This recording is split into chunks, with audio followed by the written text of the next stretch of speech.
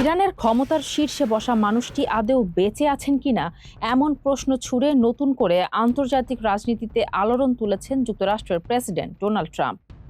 তিনি সরাসরি বলেছেন, ইরানের নতুন সর্বোচ্চ নেতা মোজতবা খামেনিকে ক্ষমতা গ্রহণের পর থেকে জনসম্মুখে দেখা যায়নি, ফলে তার বেঁচে থাকা নিয়েই এখন প্রশ্ন উঠছে। মার্কিন টেলিভিশন নেটওয়ার্ক এনবিসি নিউজকে দেওয়া এক টেলিফোন সাক্ষাৎকারে ট্রাম্প বলেন, তিনি আদৌ বেঁচে আছেন কিনা আমি জানি না, এখন পর্যন্ত কেউ তার উপস্থিতির প্রমাণ দিতে পারেনি। এই বক্তব্য শুধু একটি মন্তব্য নয়, বরং ইরানের ক্ষমতার অভ্যন্তরীণ বাস্তবতা নিয়ে আন্তর্জাতিক পর্যায়ে নতুন সন্দেহের জন্ম দিয়েছে। ক্ষমতার কেন্দ্রে রহস্য। ইরানের সর্বোচ্চ নেতৃত্বের প্রশ্নটি দীর্ঘদিন ধরেই সংবেদনশীল। দেশটির দীর্ঘদিনের সর্বোচ্চ নেতা আয়াতুল্লাহ আলী খামেনি এর উত্তরসূরি হিসেবে বহু বছর ধরে আলোচনায় ছিলেন তার ছেলে মুজতবা খামেনি। তবে সাম্প্রতিক সময়ের উত্তেজনাপূর্ণ আঞ্চলিক পরিস্থিতির মধ্যে তার হঠাৎ অন্তর্ধান পরিস্থিতিকে আরও রহস্যময় করে তুলেছে। ট্রাম্পের দাবি, আমি শুনছি তিনি বেঁচে নেই, আর যদি বেঁচে থাকেন তাহলে নিজের দেশের স্বার্থে তার একটি বুদ্ধিমানের কাজ করা উচিত, আর তা হলো আত্মসমর্পণ করা। যদিও একই সঙ্গে তিনি খামেনির মৃত্যুর খবরকে আবার গুজব বলেও উল্লেখ করেছেন।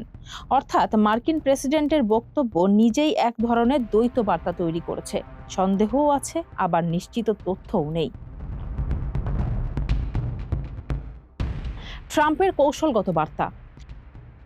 বিশ্লেষকদের মতে এই মন্তব্যের পেছনে কেবল তথ্যগত সন্দেহ নয়, বরং একটি কৌশলগত রাজনৈতিক বার্তাও থাকতে পারে।